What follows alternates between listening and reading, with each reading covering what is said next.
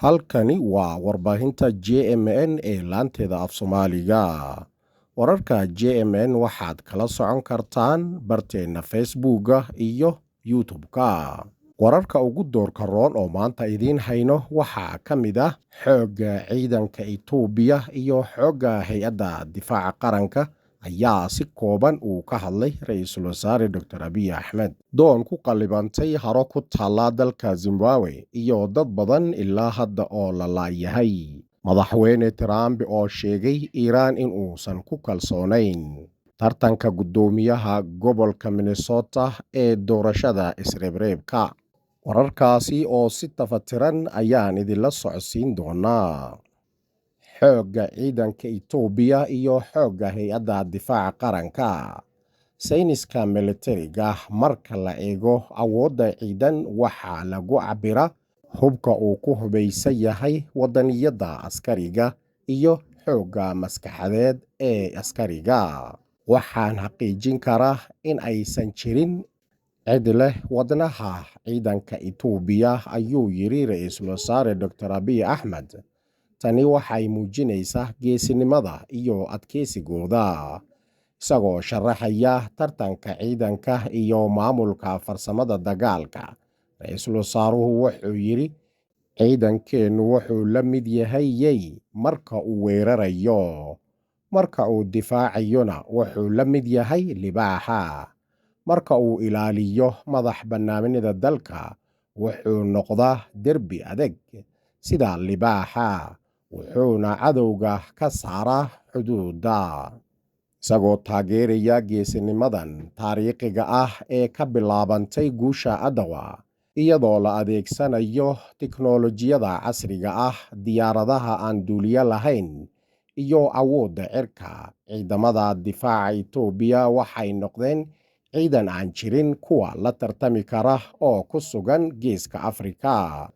Tani waxaa lagu caddeyn karaa taariikhda Adwa iyo Karamara iyo maantadan ee la joogo, iyagoo ilaalinaya madax bannaanida dalka. Intaa waxaa dheer, ciidanku wuxuu muujiyey dareen bini'aadanimo.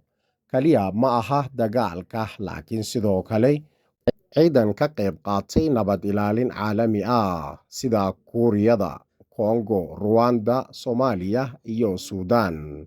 Maanta marka laga reebo ilaalinta xuduudaha, dhismaha biyo-xidheenka weyn ee dib u curashada Itoobiya waxaa kale oo uu ilaaliya kaymaha dalka, wuxuuna noqday gaashaanka horumarka dhaqaalaha dalka. Doon ku qalibantay haro ku taala dalka Zimbabwe iyo dad badan oo la laayahay. Ugu yaraan 15 qof ayaa ku dhintay halka 27 kalena la laayahay kadib markii doon ay ku dagtay harada Kariba ee Zimbabwe Talaadadii shalay, sida ay sheegeen mas'uuliyiintu. Booliska ayaa sheegaya in doonta loogu talagalay inay qaado 9 rakaab ah iyo 5 shaqaale ah, balse sarkaal ka tirsan maamulka harada ayaa sheegay in markabkan ay saarnaayeen 120 qof oo ay ku jireen 12 carruur ah. Booliska ayaa intaa ku daray in doontan uu ku dhuftay xir xooggan, taasi oo sababtay inay qallibanto.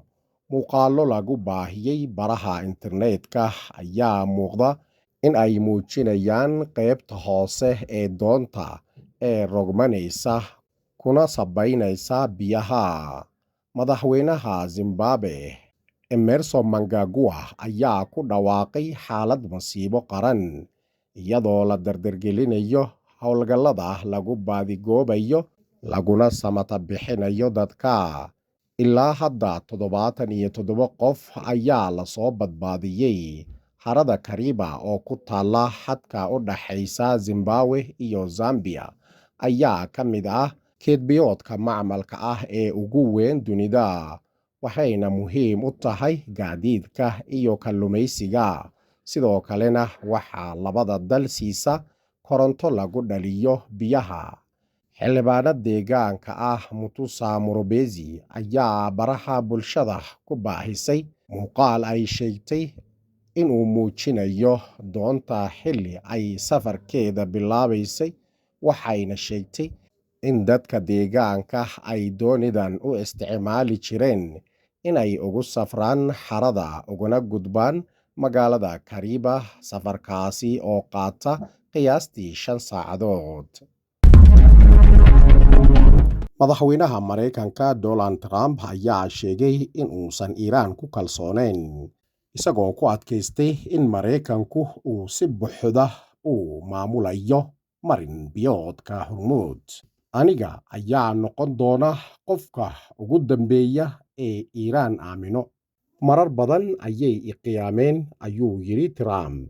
Taliska dhexe ee ciidamada Mareykanka CENTCOM ayaa sheegay inuu hor istaagay markab ku sii jeeday dekad ku taalla Iiraan, taasoo keentay inuu markabku awoodi waayo inuu sii wato safarkiisa. CENTCOM ayaa qoraal ay ku daabacday barta X ku sheegtay in markaskaasi oo watay calanka Panama uu isku dayay inuu maro gacanka Cumaan.